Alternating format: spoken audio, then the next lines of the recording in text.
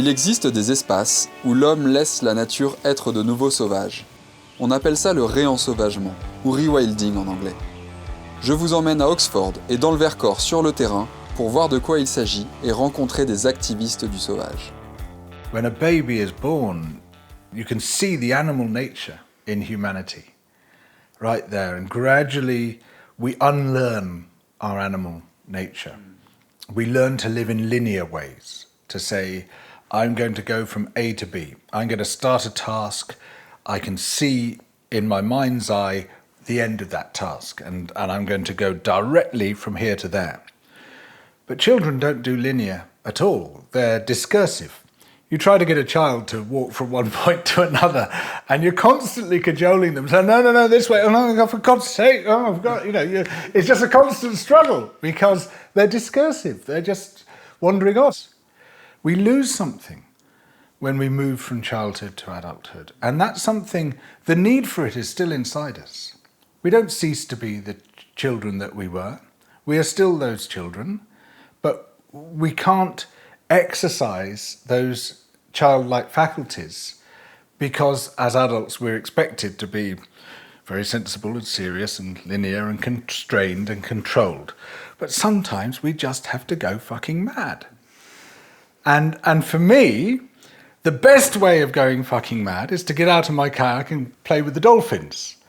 Or in places where there is that opportunity to go and find the bison in the forest and get as close to them as I can without them seeing me. It's totally thrilling.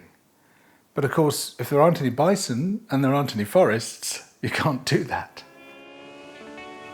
Hop. Ah oui. Ah ouais, c'est petit. Génial. Et à gauche il est là, mais à droite il ressort à sur droite, la... il se déplace et en fait il y avait une mère avec son petit. Je sais pas où Ah il ouais. est atterri. Ah. Et ils ont basculé derrière le. Il y en a au moins 3 à droite. Un qui était dans la. Deux chamois alors. Oh, c'est génial.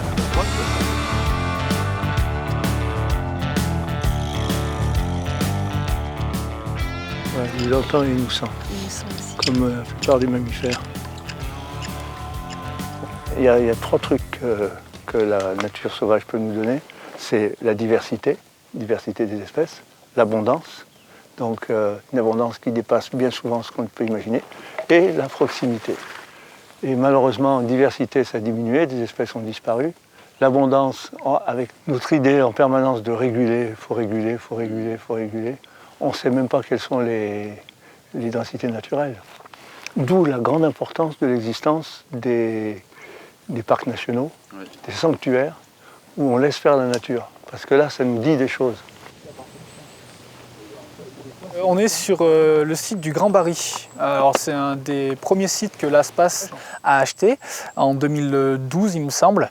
Donc en fait on est sur un site de 130 hectares sur une montagne qui se situe entre le Vercors et les Baronnies on va dire.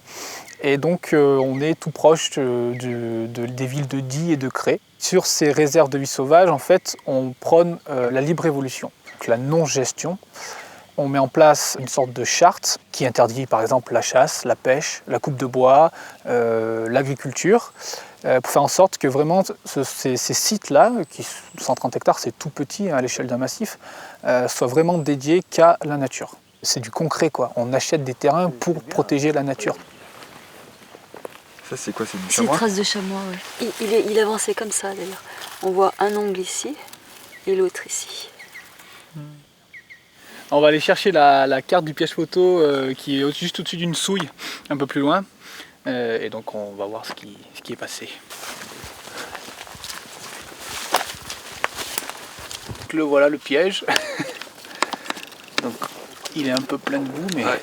Les sangliers et les cerfs se roulent dans de la boue, simplement pour enlever les parasites qu'ils ont sur eux. C'est leur masque de beauté à eux.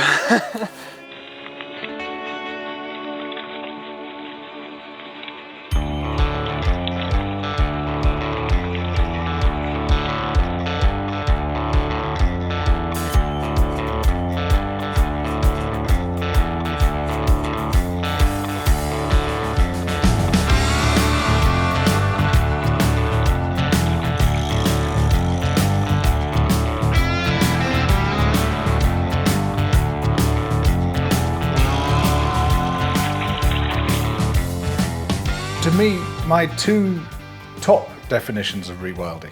Firstly, the mass restoration of ecosystems, bringing back missing species, bringing back missing processes, bringing back the richness, the diversity, the wonder, the marvels of nature, which we're currently missing.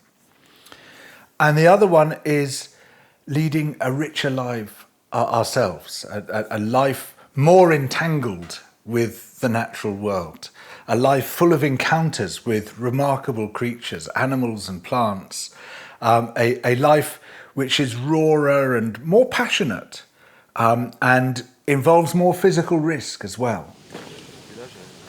Tu vas doucement, tu vas tout doucement, tu regardes en bas. Et t'as un chamois qui est juste en dessous. Il y en a trois. Ouais.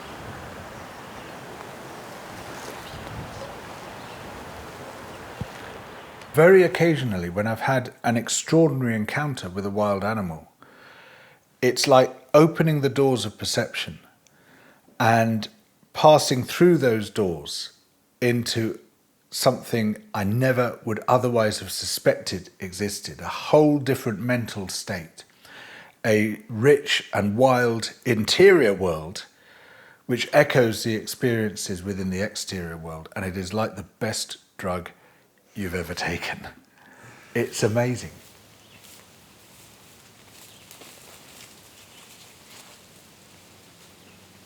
Le réensauvagement, c'est le retour à la nature qui existait avant qu'on soit des hommes qui avons bien abîmé la nature.